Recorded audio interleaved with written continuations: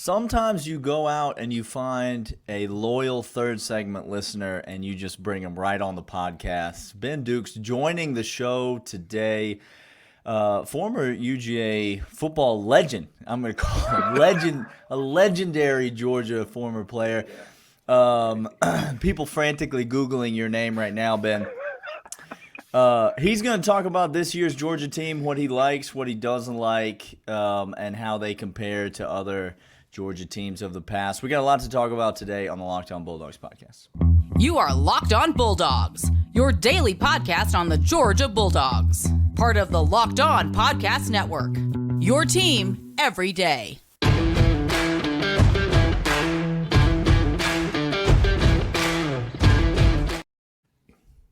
Hey, we back. Oh, we'll just end that. No, let's cut it off. How about we just say we're done there?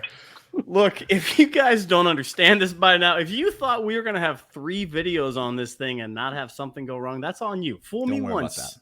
Don't worry about that. Welcome to Locked On Bulldogs, part of the Locked On Podcast Network, your team every day. He is Daniel. I am Clint. This is Dukes. We are trademarking that for him. He played football at UGA. He's a fantastic follow over on Twitter. We're going to know more about him. But today's episode is just that. We're talking to a dude that loves college football, loves the Dogs, about this year's team in comparison to other teams. If you have not done so already, please subscribe to the audio side of the podcast. Helps your boys out, helps you out. Just download, don't even listen. Come to the YouTube side, watch our ugly mugs. Or do listen. I mean, they're going to listen to the YouTube side as well. They can download, Daniel. Okay. And they could watch. You just made it YouTube. act like you made it seem like we just. We're please double don't listen. No. Listen here. Okay. Download the audio. Get over there. 5-star rating and review over on Apple Podcasts or wherever you listen to podcasts. So without further ado, let's officially let you speak. This is Ben Dukes. Ben, introduce yourself to the kind people of Locked On Bulldogs. Hey, everybody. I'm Dukes. I was a Georgia football player back in 99 and 2000, I guess, Letterman. Hey, I'm one of those weird guys that got the defensive scout of the year and the special team scout of the year Look at the in man back-to-back seasons. Flex on here real quick. Honestly, because people are going to be Googling and they're going to be like, I see nothing. I don't see a single thing other than this idiot on TV or whatever. But yeah, like that's... Don't worry, Ben. You are in good company of idiots with video cameras in front of them. Yeah, that's you're in great company. 3 for 3 on that's this. My entire life. Ben, but yeah, that was me. Yep. Yeah, I played back then. I got in a couple games. Played the better part of the fourth quarter in our bowl game my senior year because the guys that played were really good at beating the other team, and I was really appreciative of that. You like that? Yeah, man. Well, here's something. I'll ask the question on this podcast, and then I'll ask our people on YouTube to comment. Daniel, you ever play in the fourth quarter of a UGA game? No, I never got in the fourth quarter. I was in section 112, which they could have called me at any point in that fourth quarter, but they never did. They never reached out. And so, speaking of people who were really good at beating their opponents, let's transition to this year's Georgia. Yeah, you see how I did that? That's professional. Let's transition to this year's Georgia team. Ben, we've been on here talking about them all year, but there's so much to like about this Georgia team. But what is it to you that makes this team special? When you've watched these 13 games so far this year and still 2 to come, what is it that you love the most about this Georgia team? What do I love the most? Well, it's tough because the question would be, what do I love about this year's team that maybe is different from last year's team? Mm-hmm. And I immediately jumped to like the buy-in, right? We've all heard that all season long. These guys are really bought in. But what does that really mean? And you look at nobody from the transfer portal. So this is a homegrown team. These are guys that work together and really care for one another. And you see that on the field. You see a very healthy team attitude. You see guys rallying around Stetson. Like when he went to go for the Heisman, and every single one of them, when they got that question, like, do you think he deserved it? So what are you talking about? Do you think he deserves it? There's not a quarterback I'd rather play with than Stetson Bennett. You look at the way they rallied around.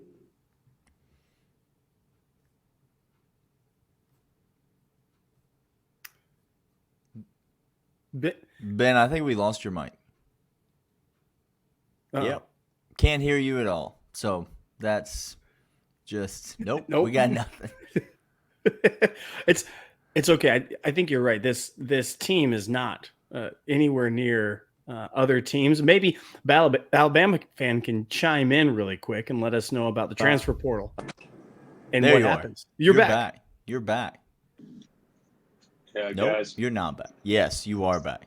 You are. There back. It is. Yep. There it is. We fixed it. I don't know what that was all about. Good job. I think Clint fixed it for me. So thank executive you, producer intern Michael was working on the back end. He got in there. He worked. He came in. You were talking about Stetson Bennett and this team, the buy-in as well. This is our quarterback. That's what distinguishes this team. Well, it's not just that though, right? It was when Arik Gilbert got in and scored, his first touchdown when he got into the game, and everybody, you saw just the elation on the faces of his teammates, the fact that he went through what he's gone through and he's still going through, but they all have his back. It's unselfishness everywhere. It's people crying on Twitter that Darnell Washington doesn't get enough touches. There it is. And Darnell saying, I'm cool with that, man. Let me just go run that dude over and let Brock score a touchdown. Let me go stand over this man that I just made look like an infant as Kenny Mack runs in the end zone right behind me. It's that sort of thing. Everybody having each other's back that makes them getting so some hot outstanding. Flashes over here, Daniel. You knows how to speak the language. Listen, we're going to continue with the podcast, Clint. You do what you need to do. It's that, Kirby, the word Kirby uses is connection, and there's so much coach speak, and there's so much Kirbinese that gets thrown out. But there really is something to it. You have to have talented players. You have to have elite talent on your team. You have to have good coaches, which Georgia does. But there's a lot of programs in the country that are very talented. There's a lot of programs in the country that have great coaches. Todd Monken's not the only offensive coordinator in college football. Kirby's not the only guy that knows how to coach a defense. But there's something special about a really talented team that's also a really well-connected team. Because normally those two things, you don't always see those go together. Sometimes the more talented a team is, the more me first, look at me, I need to get my touches, I need to get my... And it could have been easy for this Georgia team to go in that direction. Could have been easy for last year's Georgia team to go in that direction. But I think it's been a point of emphasis for Kirby, and it shows, like you said, Dukes, on the way this Georgia team plays on the field. Well, and I agree with you. I think that when you look at – it's funny because we keep making so much about the portal thing, right? And we had some guys go, right? What was it, 13? Sure. Guys left, and some of them to get better opportunities for themselves, and some who thought they might get better opportunities for themselves, and maybe it didn't work out exactly the way they thought. No need to mention any specific names. We all know who you're talking about, so it's fine. You don't have to. No, I don't have anybody in mind. I'm just saying it's possible that could have happened. Okay. But what we kept was a core of people who will just absolutely go to the mat for one another, and you just see it time and time again. You don't find undersized wide receivers who will run out and run into a safety and try to knock them over if everything in them isn't all about the team. And that's who these guys are, and it's great to see. It is great. It's what makes this team so special, so unique. By the way, that unnamed guy is coming back to try to increase his stock. He's not coming back here. We don't have any. We have no room. There's no room at the end. It's Christmas season. Yeah. Look, the inn is all full up. There's nothing for you anymore. Hey, we're going to come back right after this. Ask Dukes more about this team in comparison to maybe some other teams UGA has had in its history. But first, I want to let you know the National Highway Traffic and Safety Administration wants to tell you it is the season in which some people celebrate and celebrate hard. We want you to celebrate. We want you to have a merry old time. We want you to be with people. However, we want you to do it responsibly. Please, if you drink, you will get pulled over. Drink and drive and get pulled over. If you smoke and drive, you will get pulled over. Please don't do it. It's foolish. It's stupid. It's stupid. I'm not going to mince my words. There's Uber, there's Lyft, there's your buddy down the road. There's a mule somewhere in the town that you're in. I guarantee you. Just sleep where you are. Just so many options. There's so many options. Do not drink and drive. You will get pulled over. You will go to jail. This is the season to which consider other people as you celebrate. So celebrate responsibly. Daniel, this team is special for its connection, but also we've had other teams that have had connections. I think, again, one of my early on memories of becoming a Georgia fan was when Rick just told the whole team, scored that touchdown against Florida, just run on down there, boys. Just take a dump in the end zone. You just go have fun. Yeah. You just go get that penalty, throw every flag imaginable on the scene. So we've had this before. So Ben, as you've seen other teams from UGA, compare not just to last year, but other teams historically overall, do you see some comparisons? You see some likeness to players or to style or anything like that to other UGA teams? Well, it's hard to pinpoint because there's some things that have made this team so incredible, like the fact the way that the offense, you never know exactly what it's going to be week to week, right? Because they've been retooling as we've gone along every single week. Hey, you know what we need to work on this week? We need to work on gap scheme running. This week we need to run on zone running. You know, it's been cool to see. One thing that I will compare, I don't know if you guys are aware, there is a gentleman who plays for the University of Georgia now. He's not very heralded. Jalen Carter, I think, is his name.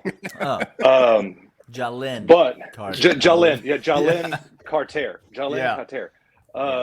Heck of a ball player. So when I was there, we had a couple of guys that some people may have heard of: Marcus Stroud, Richard Seymour. Fine little ball players themselves. Decent guys. Guy. I heard they've made a name for themselves in the future. That's fine. Yeah. Once upon a time, a reporter happened to ask, start a conversation with Richard saying, you and Marcus Stroud, you guys are, 6'6", 320. And he stopped her and he said, we are 13 feet tall and 600 pounds. And I dare anybody to run against us. And that's what Jalen is by himself. The man plays at 13 feet tall, 600 pounds. It's incredible. Just lifting quarterbacks over his head just with one arm. Yeah, just carrying them down the aisle of the supermarket and getting stuff off the top shelf. Yeah, that's casual. what. Look, I don't want to deal with it. Can you reach out there and get that bag of potato chips? I got other things to do. I'm talking here. Exactly.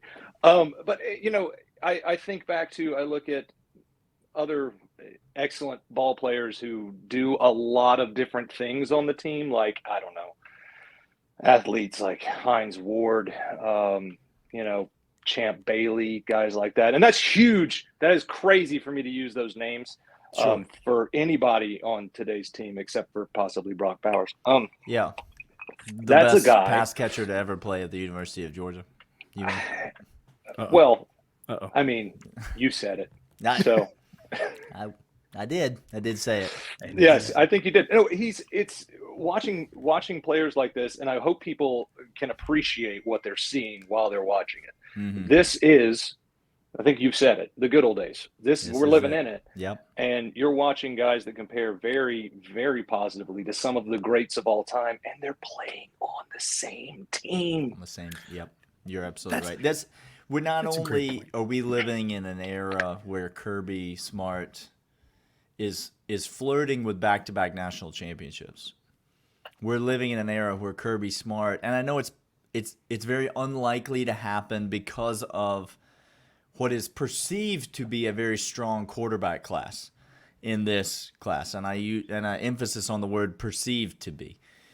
But we're living in an era where Kirby Smart is flirting with back-to-back number 1 overall picks in the NFL draft, while winning back-to-back national championships and setting a record for most defensive players taken in a draft, most defensive players taken in a first round, most total players taken in a draft. And then, oh, by the way, he comes back the next year, potentially has a number 1 overall pick in Jalen Carter, potentially has another national championship team. And it just keeps going. I don't understand, though, because I was told on good authority by a gentleman out of Barstool Sports that there is no way that we could possibly that we could not have another good year. In fact, when I happened to compare the draft record of the previous year and what might be coming back the next year to another defense that Kirby Smart might have had something to do with, I was told unrelated. Not even the same. Not No, even I don't worth want to mentioning. apples and tangerines. It's not even oranges. It's something complete. It's not even that. Look, Dukes, all 199 other people listening to this will probably agree with you, but that's not relevant to that conversation. he It's said not you have a podcast for 200. That's what that guy is an absolute. It was the clown. most insecure tweet that's ever been tweeted, I think, in the history of Twitter, and that's saying a lot. That's saying a lot because we interact with a lot of insecure fan bases. By the way, Ohio State fan is triggered right now. Oh, I have never seen a fan base. It's struggling. It's a whole struggle over there. Trying to convince us more. Yeah. Begging me to try to convince them that they won't score 40 on us. I've never seen a fan base try to tell me more that we are so wrong that they said anything close to their team is good. It's a first for me. It's big little brother energy over there, which you understand because it is Michigan Junior, Ohio State, Michigan's little brother, famously the second best team in the Big Ten East, and we're going to have to contend with them. You said Big Ten East. We're going to have to contend with the second best team in the Big Ten East, reigning back-to-back Big Ten East runner-up, Ohio State. So we're going to have to go toe-to-toe with them. You mentioned, I think, something that's really, really often overlooked just in college football, but especially for UGA. We do a Mount Rushmore every single offseason, and this just in, we're adding more names to the Mount Rushmore list this coming offseason. There will be edits. These scrolls will be. You're gonna have to go back and listen. Is Jalen Carter going to replace one of the two names that Dukes just listed on UGA defensive tackle Mount Rushmore? This is what we're saying. Dukes is out here spitting facts that it's tough. Typically, you can have a couple of teams. You can have a Richard Seymour. You can have a Stroud. You can have all these players. You can have a Thomas Davis. You can have these all-world players, and they come every 3-4 years, something like that. And when they're on one team like Stroud and Seymour, you think, oh my gosh, this is something incredible. And then you look at this year's team, and you're like, oh wait a second, we're going to have 3 more first-round draft picks on defensive side of the ball right now. Well, if you count all the first-round draft picks, not just this year's first-round draft picks, but if you look at this defense and say who's going to be drafted in the first round on this defense, it's a lot more than 3. It's just not all of them are draft eligible this year. Yeah. Right. It's something special, and it's something – this is the good old days, but it's something so much different than just the good old days where we win. It's the good old days with cherries on top everywhere because these guys are something different. Enjoy it, Dog fans. We're going to come back after this and let Ben talk a little bit more about maybe some pontification of other players that he sees. But first, we'll let you know about BetOnline. BetOnline is your sportsbook experts. We love BetOnline. As a matter of fact, Daniel and I are going to come back tomorrow, and we're going to do a whole bowl series countdown. Bowl locks. Ooh. Ben, you betting on any bowl game? You got any bowl locks you want to drop for the people early? Look, here's the thing. I've been trying to keep up with you guys on all these locks, and I was trying to do parlays and everything to get you guys out to SoFi. Yeah, Ben ain't got no more money. No. The account looks nice. Okay, the account looks nice, but I have realized that my ability to pick winners and losers, if it ain't Georgia and the points or Georgia given the points, is not. Well, it's funny you should say that because come on back, because I'm telling you this right now. I got 3 out of 4 accounts already emptied on that exact point spread that you already said. Lay the points. Lay them all. But go to BetOnline, the official sportsbook experts of Locked On Bulldogs and Locked On Podcasts. They have all these parlays, all these bets we're about to give out, all the spreads. They are safe, they're reliable, they're great. They're the official sportsbook. Don't go to Uncle Sal down at the corner. He's going to break your legs. Go to BetOnline, your sportsbook experts. All right, Dukes. You played a couple of guys. You already listed a couple of them. But just kind of in general, any of these players, can you think of anybody else at Georgia? They are like but unlike in so many ways. You don't make a Jalen Carter replica because you're right. He is 2 all-world defensive tackles for Georgia built into one person because he has athleticism and raw power that I've never seen before in my entire life. They don't make men like him. Can you think of anybody else that these players are like on this UGA team, 2 other UGA greats? Yeah, I can remember one. Honestly, JDJ. He gets where he's going in a hurry. Oh, I'm listening. And with bad attitude. And he reminds me of a gentleman who about knocked my head off once upon a time on kickoff. He goes by the name of Kendrell Bell. And say more. And I'm sorry. I just went back. I'm 17 years old again. So just say more. So Kendrell, I mean, this guy he flew around and he knew more football than I thought was capable to be in a head of a gentleman who's, 21 years old, 22 years old at the time. But JDJ, just the way he gets to where he's going, and there is absolutely no doubt about what he's doing when he gets there. He's going to take you out. That's all there is to it. And Kendrell was exactly so much. You guys, you don't understand. When we had our senior dinner, this guy gets up and gets the mic, and we all get to say a word or two to the team, and he gets up and he says, "Now, a lot of you guys may not know this, but I'm actually a pretty nice guy." And the room just erupted in laughter because you couldn't believe it. If you saw him in practice, if you saw him in a game, he was just getting where he was going in a hurry and with a bad attitude. And that's what JDJ reminds me of, man. Like that guy. And he's so young in his career. Yes. I'm looking forward to watching him, develop over the next couple of years. JDJ is one of our favorites. We think that man has the potential to rise up. Now we're coming off back-to-back incredible linebackers. I mean, again, just think about this one more time, put it in frame of reference. We went from Roquan Smith, the best middle linebacker to ever come out of UGA. Then you got Nakobe, who right now is, again, tackling Derrick Henry one-armed. One-armed tackling Derrick Henry as he has an offensive lineman on the other half of his body. It's insane what he's doing in the league. Now you're talking JDJ, and yes, he has bad attitudes, bad intentions all the way through. He loves to hit, and he's got that leadership in him. He's got that dog in him. He is a well-known. Before the season, Clint, Dukes, I'll remind you, we were the narrative around Georgia football was we lost these three great inside backers. Channing Tindall, just a human missile. You saw it in the national championship game. Like he literally gets loaded into a cannon and fired at the opposing quarterback. Obviously, you had first round talent, and then you had Nakobe Dean, who should have been first round talent. You lose these all world inside linebackers, but the narrative was, who's going to call the defense? Who's going to captain the defense? Who's going to get players lined up? Who's going to be the guy in the middle of that defense? Who's going to be making sure that the checks are made? Who's going to be making sure people are lined up in the correct position? Is it going to have to be Christopher Smith on the back end coming up?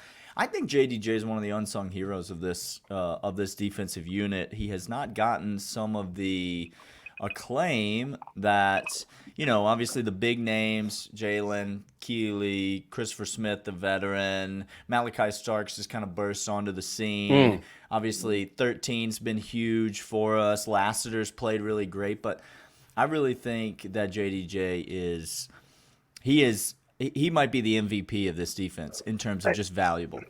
And honestly, what I see in him is great when you hear the way he was talking a few weeks ago, where he said, I've messed up a little bit. I have some things I need to correct. I've got to step this up. I've got to step that up. And that awareness and the thick skin and the toughness and the desire to get better, that also, and we were talking earlier about what makes this team different, that also is part of what makes this team different. It is ingrained in these guys that everything is a rep. Every game, every play in the game is a rep. Every practice is a rep. When I put on my suit to get on the bus, it's a rep. It's insane the way these guys approach football and games and every piece of it. And that, to me, speaks just as much volume as what he does during a game. He tells you, I got to get better. And that's like, wow. That's incredible. Yeah, it's incredible. And the year of, we're watching Texas A&M just unravel before our eyes. Hemorrhage play. I think they signed 27 players last year, and I think 29 of those 27 have already gotten into the portal. I'm fairly certain.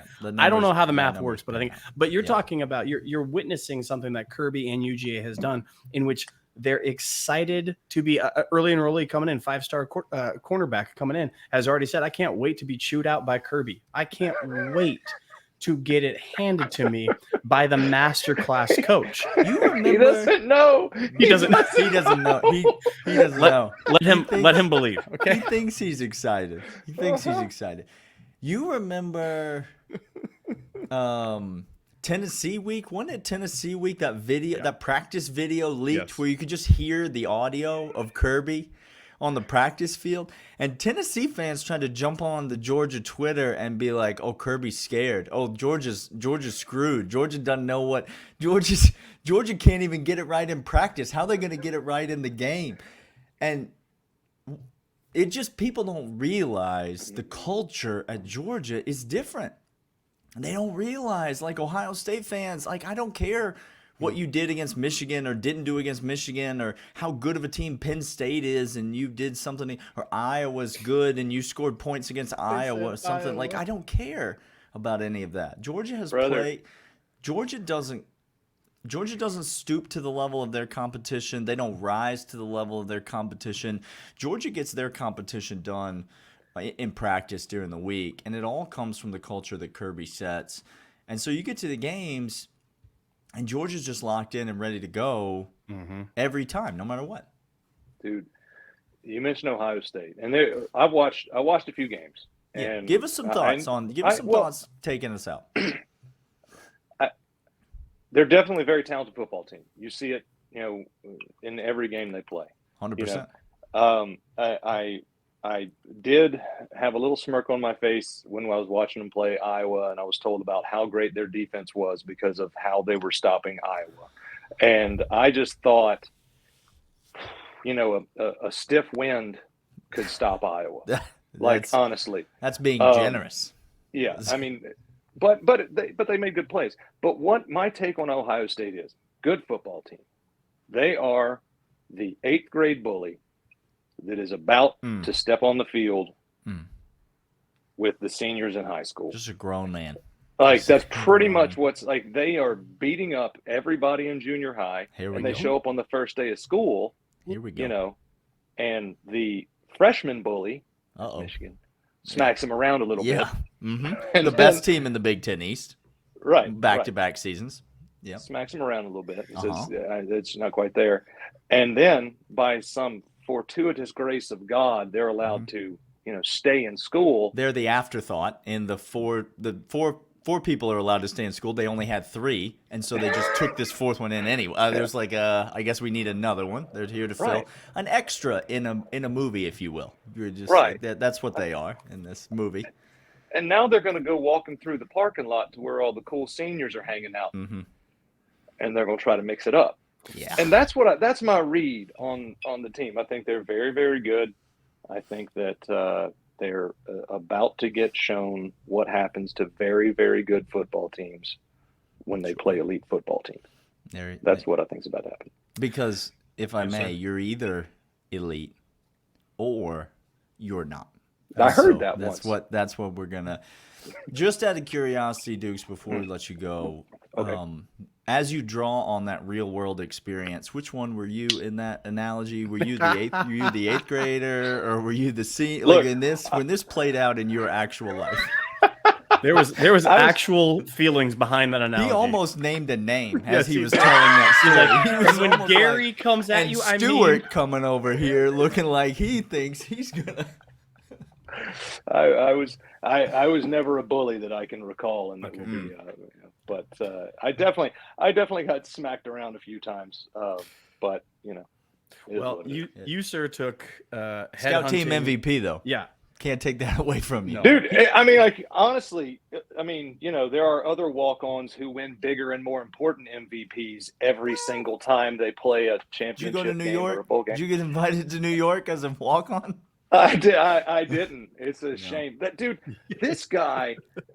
I know we're winding down here, but I just got another thought, which is the shade that he catches for no particular reason.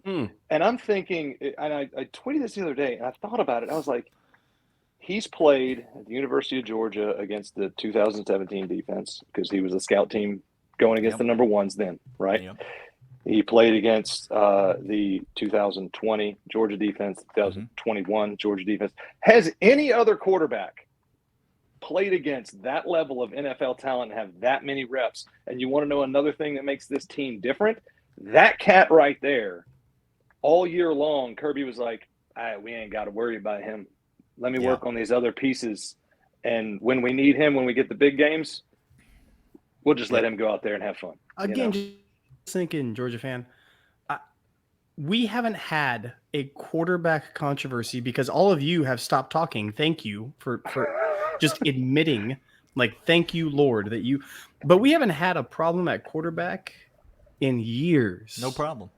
Ain't None. No problem. This is fantastic. Hey, Dukes, tell the people where they can interact with you. What are you doing this time of life? What's happening in your life? What do you want to tell the people about yourself? I am writing and producing and acting in TV. I actually have in film.